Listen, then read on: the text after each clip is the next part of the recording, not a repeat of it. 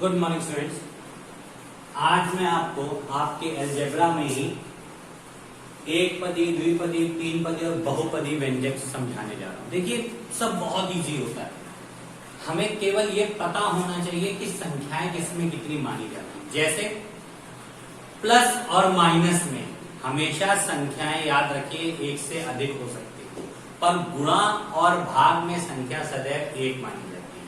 जैसे 2 + 3 + 4 + 5, ये बहुत सारी संख्याएं यानी 1 2 3 4 चार संख्याएं, ठीक, क्योंकि चार संख्याएं हैं, क्योंकि ये सारी चीजें प्लस में है। और ये अगर मल्टीप्लाई में रखी हैं 2 × 3 × 4, ये सब एक संख्या में मानी जाती है। ये सारी डिजिट 1 में, यानी डिवाइड और मल्टीप्लीकेशन में संख्या एक मानी जाती है, जोड़ने और घटाने में संख्याएं बहुत सी मानी जाती है। तो सबसे पहले हम एक पदी जान लें, जिसमें पदों की संख्या केवल और केवल क्या हो, एक, वो एक पदी होती है। द्विपदी क्या होते हैं, जिसमें पदों की संख्या 2। त्रिपदी क्या होते हैं, जिसमें पदों की संख्या 3 हो। और बहुपदी मतलब जिसमें पदों की संख्या 3 से ज्यादा। ठीक है, क्लियर हो गया आप लोगों को। एक पदी, पदों की संख्या 1, द्विपदी, पदों की संख्या 2, त्रिपदी, पदों की संख्या 3, बहुपदी यानी पदों की संख्या 3 से ज्यादा।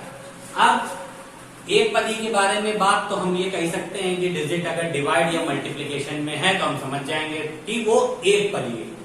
द्विपदी में क्या होगा, दो चीजें होंगी, या तो प्लस में होंगी या माइनस में। त्रिपदी में क्या होंगी, 3 पद होंगे, हो सकता है तीनों प्लस में हो, या हो सकता है तीनों माइनस में हो, या हो सकता है 3 पद में से 2 पद प्लस में हो और 1 पद माइनस में हो। और बहुपद में तो कितने भी टर्म प्लस में हो सकते हैं, कितने भी टर्म माइनस में हो सकते हैं।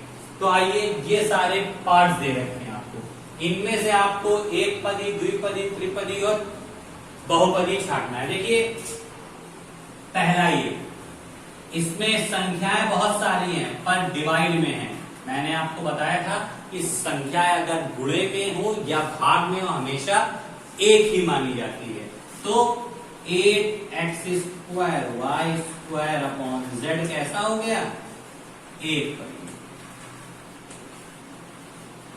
ठीक, अब सेकंड नंबर की बात करते हैं। देखिए इसमें हम कितने पद हैं, गिनिए, 1 2 और 3। और ये सारी चीजें किसमें है, प्लस में। इसमें 3 पद है।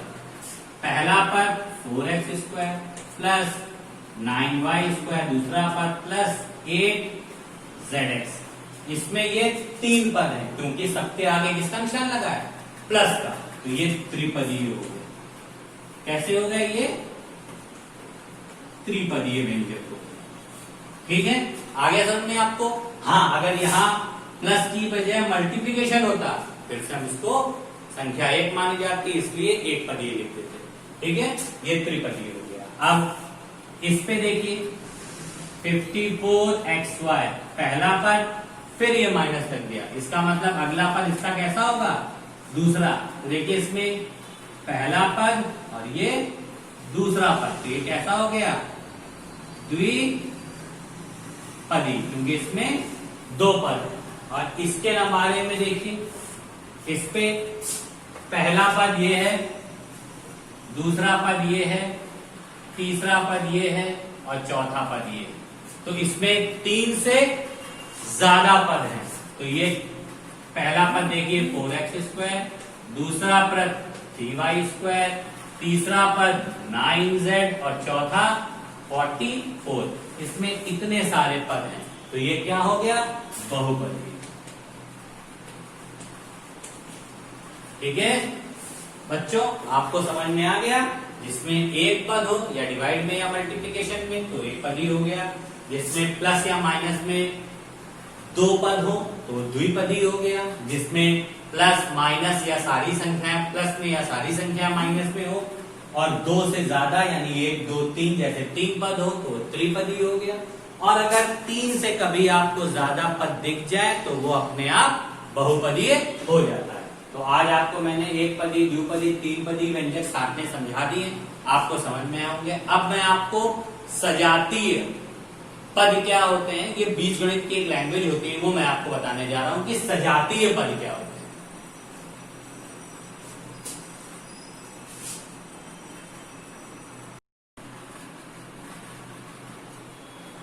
देखिए स्टूडेंट, अब मैं आपको व्यंजकों में से सजातीय पद बताने जा रहा हूं कि सजातीय पद क्या होते हैं। देखिए सिंपल सी बात है, सजातीय मैंने देखिए अंडरलाइन कर रखा है, इसका मतलब होता है एक ही कास्ट के, जाति माने जाति के, जैसे मतलब जाति से कोई मतलब अदरवाइज नहीं लीजिएगा, मतलब मैं एकदम समझाने जा रहा हूं, एक समझाने का वे है कि जिससे आपको चीज समझ में आ जाए। जैसे क्या होगा, एक मैं एग्जांपल आपको देता हूं, जैसे 9x, दूसरा -4xy, तीसरा 7xy, चौथा 17/2xy।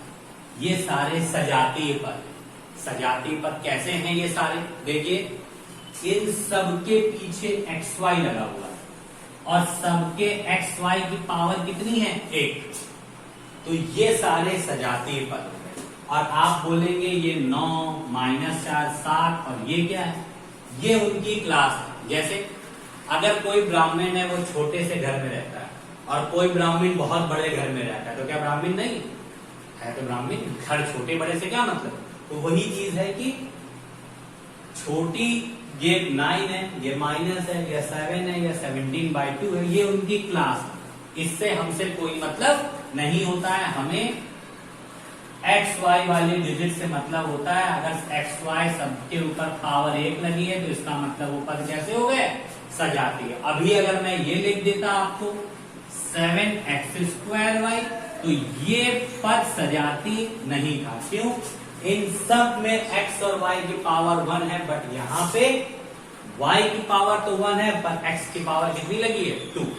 तो ये सजातीय पद नहीं। अब जैसे पावर्स में अगर सजातीय पद ढूंढिए, तो जैसे 19x²y, दूसरा हो गया 17/2x²y, तीसरा हो गया -16/3x²y। तो ये देखिए इन सब के ऊपर x पे कितनी पावर लगी है, 2, और y पे 1। यहाँ x पे कितनी पावर लगी है, 2, y पे 1। यहाँ x पे कितनी पावर लगी है, 2, y पे 1। तो हम देख रहे हैं सब में x पे 2 पावर लगी है और y पे 1, यानी x की पावर कितनी है, 2, और y की पावर हमारी इस पे कितनी, सब में 1। तो इस कंडीशन में ये सारे पद कैसे हो गए, सजातीय। और 19, 17, 16 ये इनके घर का साइज है, हमें उससे कोई मतलब नहीं होता कि किसका घर कितना बड़ा है या किसका घर कितना छोटा है। तो ये चीज आपको समझ में आ गई। आप लोग सजातीय पद, सजातीय पद सब छांट लेंगे। अब मैं आपको दिए हुए बुक में सवाल के अकॉर्डिंग आपसे सजातीय पद पूछूंगा और आप हमें बताइए। देखिए कैसे कैसे करते हैं, इस चीज को ध्यान से देखिए जरा। पहली चीज है 4xy। ठीक, देखिए यहाँ x और y में पावर 1 है। दूसरी देखिए 14xy²। ठीक, xy देखिए इस पे भी x और y पे एक ही पावर है। और सबसे लास्ट में देखिए 18xy, इस पे भी x और y पे कितनी पावर है, 1। तो ये 3 पद सजातीय हो गए।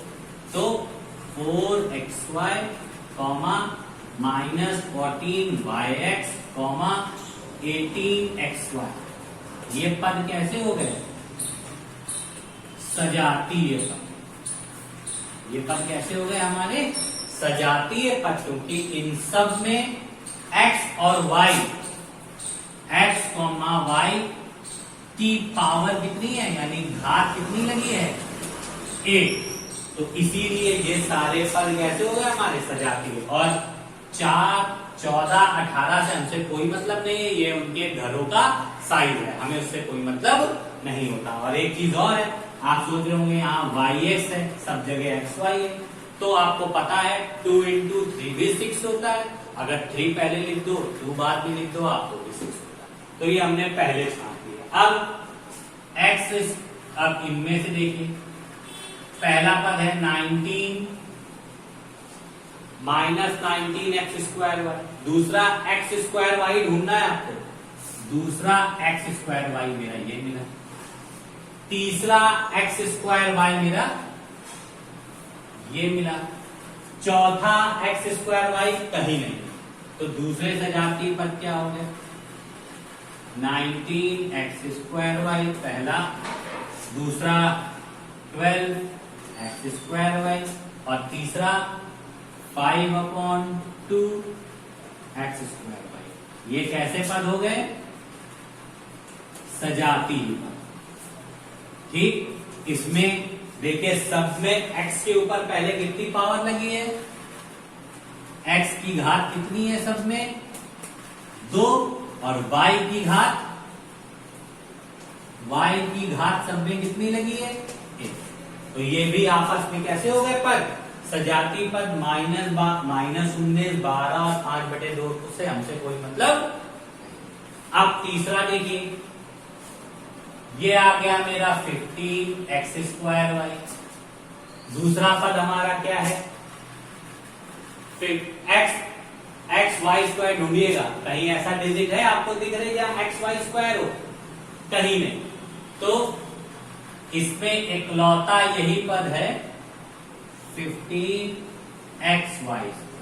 ये एक अलग जाति का है, इसलिए इस जैसे टर्म जो होंगे वही सजातीय पद होंगे, यानी इसके सजातीय पद केवल और केवल 1 है। और क्यों 1 है, इसमें x की घात क्या है 1 और y की घात कितनी लगी इसमें 2। ठीक है, अब तीसरे में आइए। तीसरे में देखिए मेरा पद बचा ये, इसमें x y z, देखिए इसमें x y² z। अगला ऐसा पद ढूंढिए, देखिए ये लिखा हुआ है, और तीसरा ये पद लिखा हुआ है। तो तीसरे पद हमारे कौन से हो गए सजाती, 19xy² z, 13xyz², और इसके बाद लास्ट वाला 14/19y² x और z। ये हमारे कैसे पद हो गए, सजातीय। अब इन सब में देखिए गौर कीजिए, सब में x पे घात कितनी लगी है 1, सब में देखिए y पे घात कितनी लगी है 2 सब में, और z पे घात कितनी लगी है 1। इन सभी पदों में हमने देखा कि y पे 2 घात है, देखिए ये और z पे सब में 1 घात है, देखिए 1 और x में भी सब में 1 घात है, देखिए 1 और 1।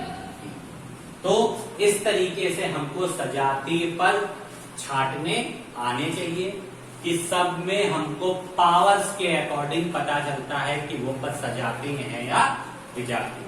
ठीक है, तो आपको आज मैं इतना ही बताऊंगा जिससे आप इतनी चीजों को अच्छी तरीके से समझ लें और आपको पता चल जाए कि पदों को छांटा कैसे जाता है, सजातीय पद क्या होते हैं, और आपको आगे चल के सजातीय पद छांटने में दिक्कत ना हो।